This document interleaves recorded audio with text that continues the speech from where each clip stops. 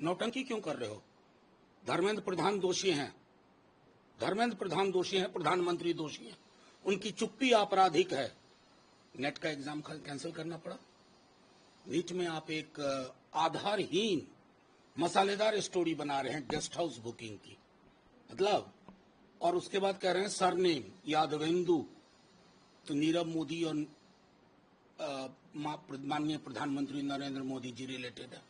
अब करो रिफ्यूट। मतलब एक तौर तरीका होना चाहिए, कार्यशैली में गंभीरता होनी चाहिए। लाखों बच्चे सड़क पे हैं और आप गेस्ट हाउस की हॉन्टेड स्टोरी बना रहे हो। एक आप कमजोर दिख रहे हो, बेईमान दिख रहे हो।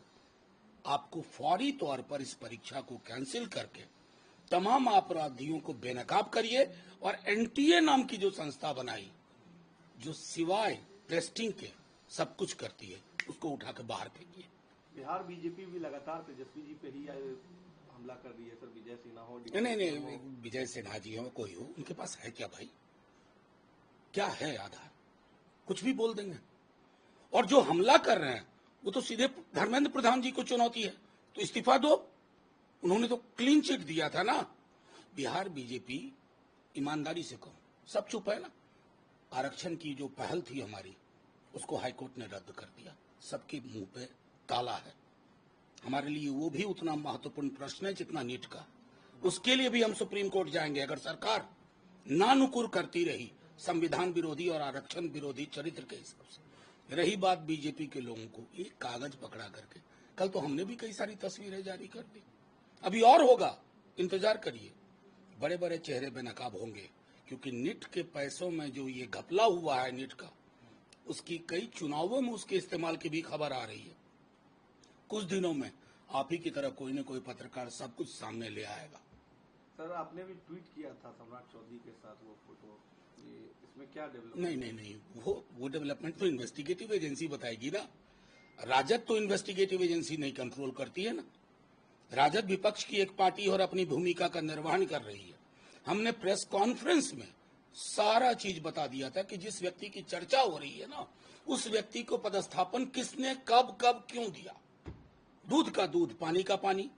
रही बात बीजेपी की, मुंह नहीं है बोलने का, क्या बोलेंगे? जब से आए हैं पेपर लीक हो रहा है बिहार में। कोई परीक्षा, बच्चों से जाके पूछिए, युवाओं से जाके पूछिए, उनके सपनों के साथ खिलवाड़ कर रहे हैं और एक फैंटास्टिक स्टोरी बनाने की कोशिश कर रहे हैं। गेस्ट हाउस बुकिंग, 440 नंबर का पत्र कहाँ है रे भाई? झूठ, झूठ और झूठ।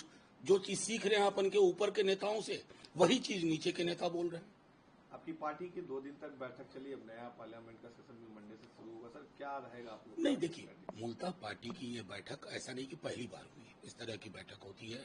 हम हर लोकसभा सीट की विधानसभा वार हमने समीक्षा की, अपनी ताकत को भी पहचान किया और अपनी जहां जो कमजोर पहलू है उसको भी पहचान किया।